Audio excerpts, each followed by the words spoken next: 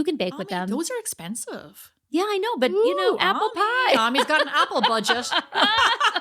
I do. I take my apples seriously. I just talked about golden delicious apples. Come on. If you want to find Ami, she's going to be at the Hollywood Farmers Market buying expensive apples. Every Sunday.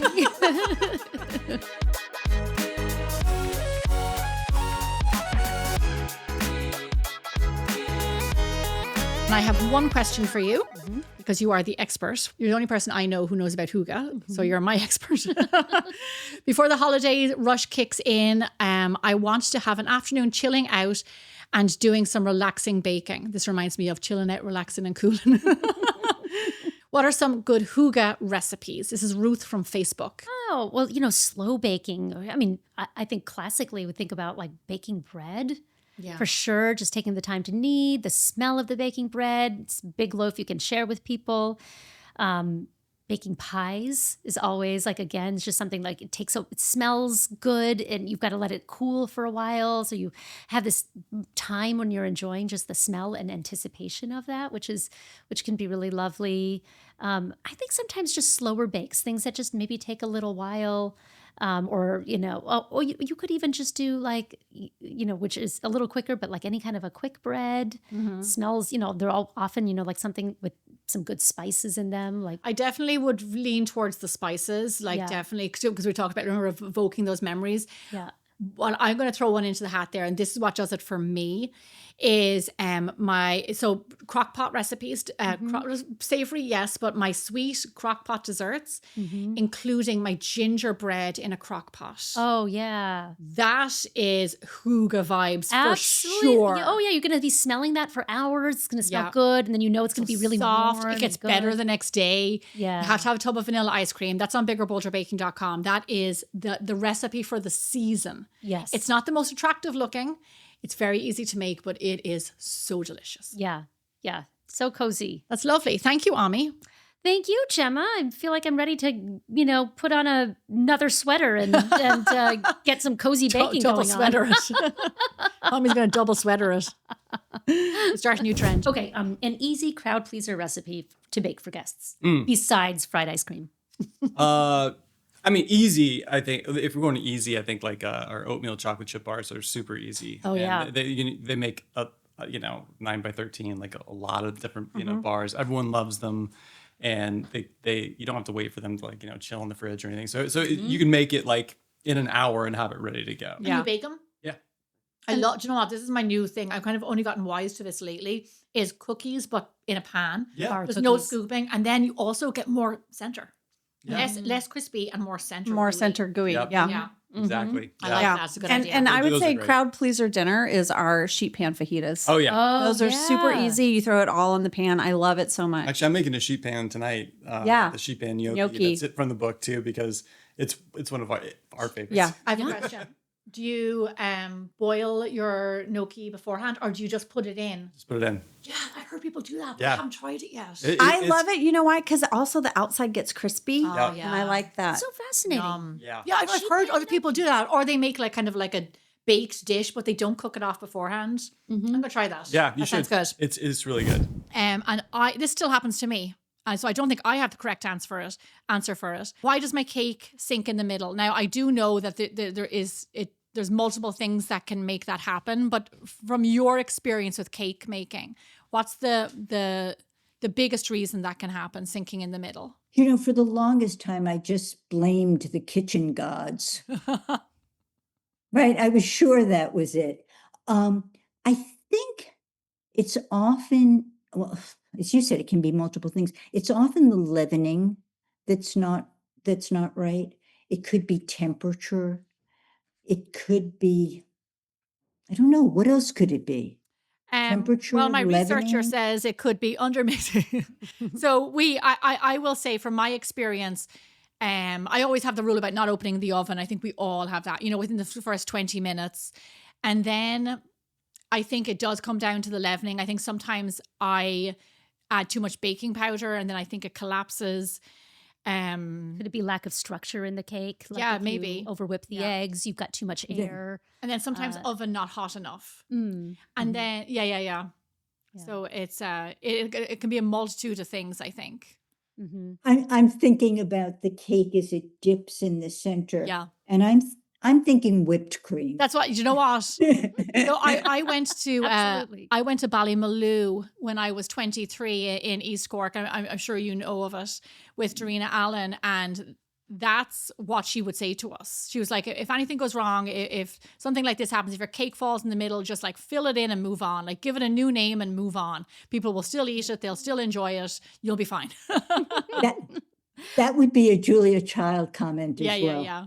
Could I throw in one of my Yeah. own, since this is from our fan base, and I'm one of your biggest fans? I have a question for you about thank you. I have a question for you about your cheesecake. So, I just recently made your cheesecake from Baking from My Home to Yours, and it was really interesting. First of all, phenomenal and delicious. It had a very long mix. Like you mix the cream cheese for about 4 or 5 minutes, then you mix in the eggs for about 4 or 5 minutes. But I also thought what was very interesting about it was there was no starch in it. There's no flour, and there's no corn flour. And then in your new book, your tropical cheesecake also has no starch in it.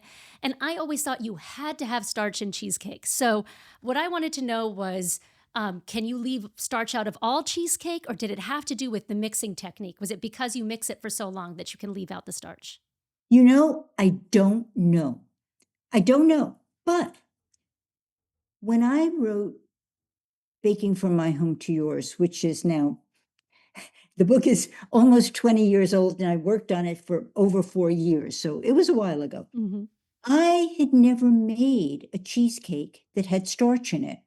So it never occurred to me that that was something that was done. Mm-hmm. And then when I was working on the cheesecake, the beach vibe cheesecake, the tropical cheesecake in Anytime Cakes, I was having such problems getting it to the texture I wanted. Mm-hmm. And I thought, this is going to be a disappointing story because I can't remember the punchline because I worked on the cake and I thought maybe it needs starch. And I did add some. And you know what? In the end, I took it out. But the punchline that I can't remember is what I did to make it work.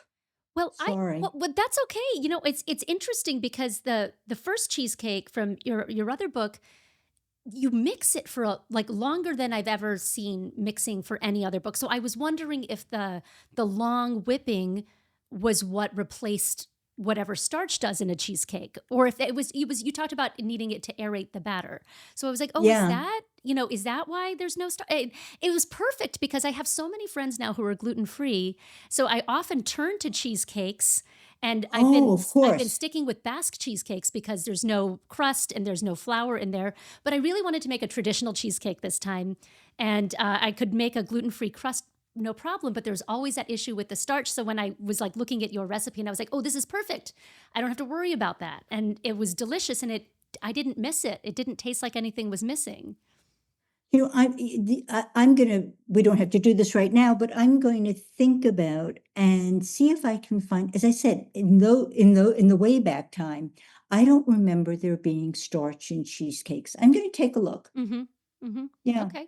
All right. Dory, thank you so much for your time today. It was, I'll speak for Ami and say it was absolutely our pleasure. Congratulations on your new book. And we're going to come and see you in Paris, right, Ami? Set the table. You got 2 more people for dinner. You know what? I have enough. Oh, lovely. You can come. Yeah, you'll just have to hurry. Yeah. Water down the stew.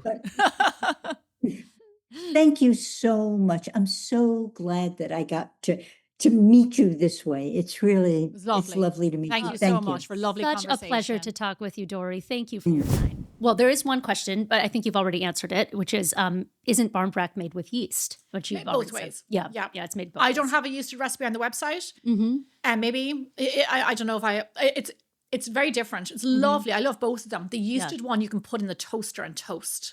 You can't do that with this one. That sounds good. It's yummy, and then you put butter on it. We should put one of those recipes up on the site. That would be fun. I know, Two yeah, but different then- ways. yeah. Or is it confusing for people? It's confusing for Google to be like, why does she have 2 bar I rack see. recipes? I see. And we all have to do what Google says. Okay, fine. All right. Well, and then here's a question about apple cider from Carrie, submitted on the website. She said, I live outside of the States and can't get actual apple cider. Is it the same as apple juice? No, you cook down the apples, and we have a recipe and a video? Question mark? Do you know that? Kevin, do we have a video? No. Apple cider? Apple cider? No. Yeah. Video coming. Yeah. Oh, very, very cool. Well, you can also have like apple cider if you go to an apple farm, like where you go pick apples, depending on where you are. Yeah. Sometimes they have these cider presses where they actually like press the cider between 2 wooden discs. Apple cider has a lot more fiber in it. It's cloudier, it's darker, it's like tangier. One cool trick that I have found, though I haven't made it enough so that I can really give proportions, but frozen concentrated apple juice better than, like, if you can't find apple cider. Would that be a substitute then? It makes baked goods taste pretty appley. Oh, yeah. Yeah. I remember you trying to push that on me a while ago. Yeah. Well, I made a zucchini bread and I actually used the frozen concentrated apple juice in place of sugar because it's high in sugar, but it also made it taste very appley. And it made me think, like, we have an apple cider donut bundt cake and also apple cider donuts. The bundt cake has you take 2 cups of apple cider and boil it down to 1. And I've been meaning to try it with, I don't know if it would be watered down or just fully concentrated apple juice concentrate, because I just think it's kind of a cool and accessible, and we don't really drink apple juice in my house. So when I have to use apple juice or cider for a recipe and then I'm stuck with like a whole gallon of something, it's nice to have the concentrate that's just in this small form. So just another something to experiment with. And I still wouldn't be able to give the answer of, do you dilute it or do you use it full strength? I think you just have to play around. Can I just mention 2 things? We have 2 apple cider recipes on the website. One for caramels, apple cider caramels, and one for apple cider caramel sauce. If you've never tried those, if you have access to apple cider, definitely try them out. They're really delicious. Aren't they? Those they're so good. So good. Yeah, it's got this tanginess, but then the caramel. And then the caramel sauce was so different and like very seasonally appropriate. Yeah. And apples and caramel are just classic. They're so good. Oh, we have one more apple question. What is the best apples to use in baking? Well, the best apples to use in baking, it depends on what you're doing. So Bramley apples are what we use in Ireland for cooking. They cook down really well. They make puree almost. It works great for some recipes. Really breaks down. Does not work well if you maybe want to galette. So Bramley apples are so, like, they're devoid of sweetness. In America, I haven't found, there is apples that really do cook down like that well. But for the majority of what we do, Ami, as you know, I often say Granny Smith because they do cook down well, but they do also hold their shape if you're trying to make a galette or something, and they have natural sweetness. Right. I have to say I go for a Granny Smith apple also. They're on the cheaper side. Yeah. Granny Smith is great if you have access, like right now at the farmer's market, even in LA, you can get Mutsu or Pippin apples. Those are nice. There are other varieties of green apples that are pretty tannic that are great for baking. One surprising apple that I have read about and used and can confirm that this is true is a Golden Delicious apple. Yeah. They don't taste like much. They are not special. In fact, they're so not special that you don't even really find them in a lot of grocery stores. But if you come across them, try one in a pie. They hold their shape. They're very appley tasting.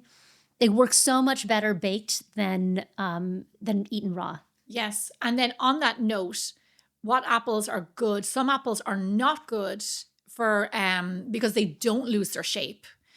For certain recipes. So definitely, like, have a look around, see what your recipe calls for, see if you need something to puree, something like a Granny Smith. I feel like Fuji apples, I don't think they bake great. No, and well, they do lose their shape. So they? a Fuji apple will turn like kind of like a Bramley apple. Okay. It will totally break down. So if your recipe calls for that, you're trying to make applesauce or something. But I think the other problem with the Fuji apples is they're so good to eat. They're so crispy and sweet. Yeah. But they don't taste, I don't feel like their flavor is as robust if you've baked it. If you want to use a more commonly found red apple, Honeycrisp or Pink Lady would be better for baking. Pink Lady for baking? You can bake with them. Those are expensive. Yeah, I know, but apple pie. Ami's got an apple budget.